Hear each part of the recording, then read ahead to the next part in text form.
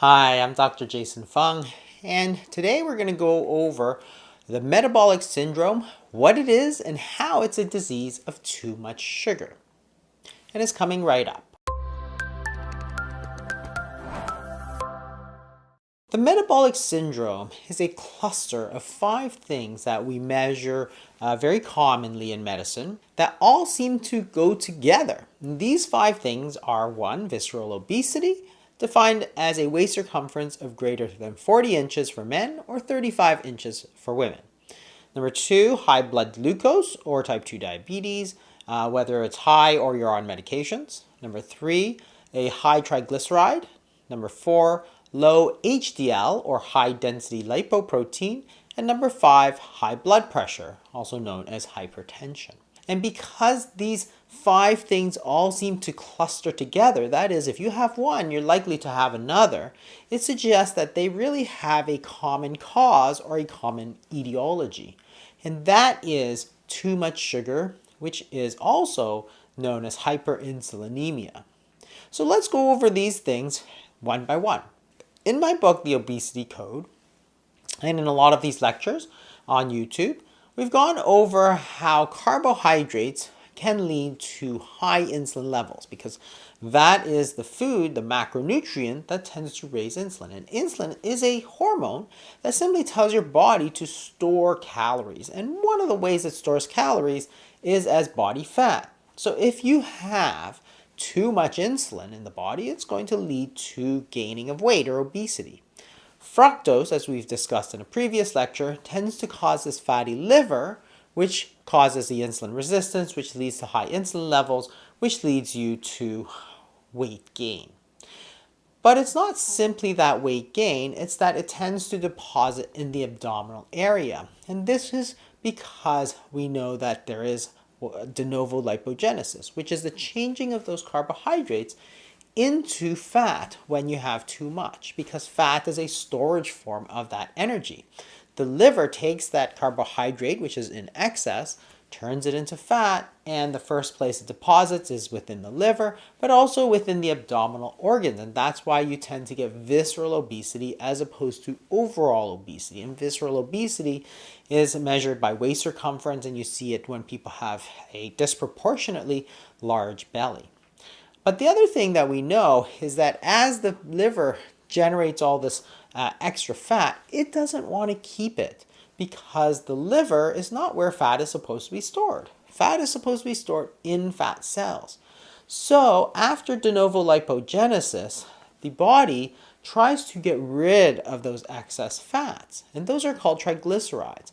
And the liver pushes the triglycerides out as VLDL, also known as very low density lipoprotein.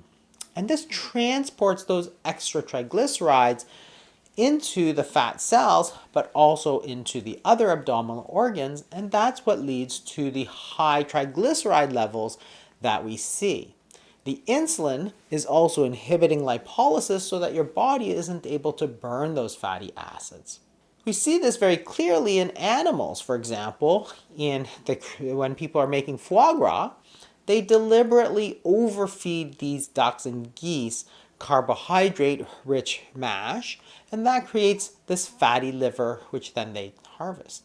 But we see it in humans as well. If you look at the NHANES study, which is a large study of Americans, you see a clear relationship between the amount of added sugar in their diet and the level of triglycerides. That is, if you're eating more sugar, you're going to have higher triglycerides, and that is one of the key features of the metabolic syndrome.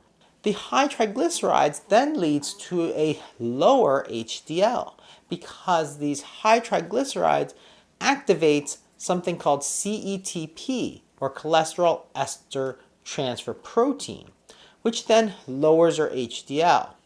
That is to say, when triglycerides are high, your HDL tends to go down, and that's a third component. In addition to the visceral obesity and the high triglycerides, that is a third component of the metabolic syndrome. And once again, in the NHANES study, you can see a clear correlation between the amount of added sugar intake in the US adults and their level of HDL. That is, as they eat more sugar, they tend to have a lower HDL. So we can see from our schematic here that not only does the high sugar, that is both glucose and fructose, and the high insulin levels, or hyperinsulinemia, lead to the visceral obesity, but the high triglycerides and the low HDL. What about blood pressure? Once again, the high insulin levels can also cause high blood pressure. And that is because there are multiple mechanisms. The insulin tends to cause the body to retain water. And as you retain water, it is like an overexpanded balloon. It's going to keep that water, but the pressure inside is going to be higher. So in this prospective study, when they looked at people with high insulin levels, and these are quartile 4, with the highest levels of insulin compared to quartile 1, you can see that those people are going to have a much higher risk of developing high blood pressure. In this case, almost double the risk of high blood pressure. And once again, in that NHANES study, you see that those people who are taking the highest levels of fructose, or that sugar, are going to be at the highest risk of high blood pressure. And in US adults, what they find is that if you lower sugar-sweetened beverages by, first, second, and third quartile, the more you reduce the sugar-sweetened beverages, the lower your blood pressure tends to go. So once again, in this schematic, we see that the high insulin is going to lead directly to the high blood pressure. And those are actually the 5 things that make up the metabolic syndrome. That is the abdominal obesity, the high triglycerides, the low HDL, the high blood pressure, and then the insulin resistance, which causes the high blood glucose. And we've talked about this many times in the past. It's really the insulin resistance and the hyperinsulinemia. Those two are really the same thing, sort of two sides of the same coin. That is what leads to the overflow of glucose into the blood. When the blood glucose goes up, that's how you diagnose the type 2 diabetes, but in this case also the hyperglycemia, or high blood glucose. So those 5 things, which all go together, are really caused by the same thing, hyperinsulinemia. There's too much insulin in the body.